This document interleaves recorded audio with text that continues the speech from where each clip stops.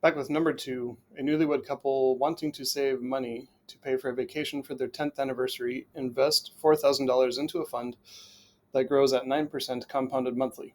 The value of the fund is given by that equation. We are asked how much is in the fund on their 10th anniversary. What would be the impact if the couple decided to leave the money in the fund and instead use it to pay for their child's college tuition, assuming that they would have a child going to college in 20 years? And does the additional 10 years of investment described in Part B make a very big difference? Why or why not? And so, even though this one doesn't ask us to do it in GeoGebra, I'm going to throw it into GeoGebra just to get a graphic of what's going to happen in terms of this money here.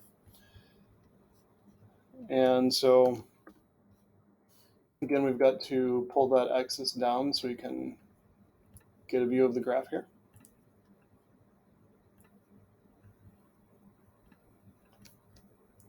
And so, as we saw with number 1, the further that we go on in time, the faster the money grows. And it looks like by the time this person turns 18 years old, I'm actually going to pull the graph down further. This person turns 18 years old. This couple has their 10th anniversary. That $4,000 will turn into almost $10,000 in 10 years. So it will grow by about $6,000. And then if they were to leave it in there for 20 years, it would go from 10,000 all the way up to almost 25,000.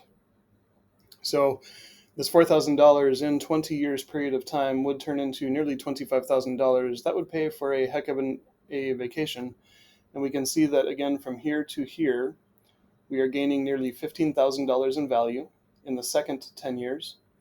And in the first 10 years, we only gained about $6,000 in value. So here again, 10 years gave us $6,000, and then the following 10 years gave us nearly $15,000. And so again, the second set of 10 years, the money is growing much faster than it did in the first 10 years. So let's bounce over to Wolfram, everyone. We will go ahead and put this in there and get the exact numbers. And so that x is going to turn into a 10.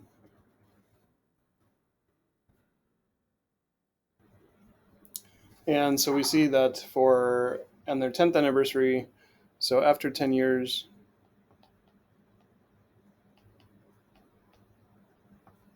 there is $9,805.43 in the account.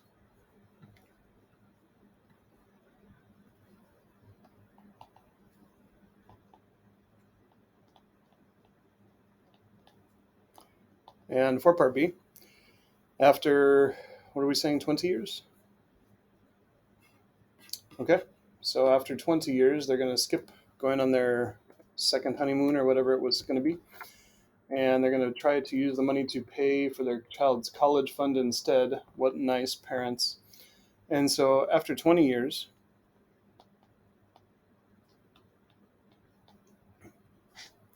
there would be, let's see, $24,036 and 61 cents in the account.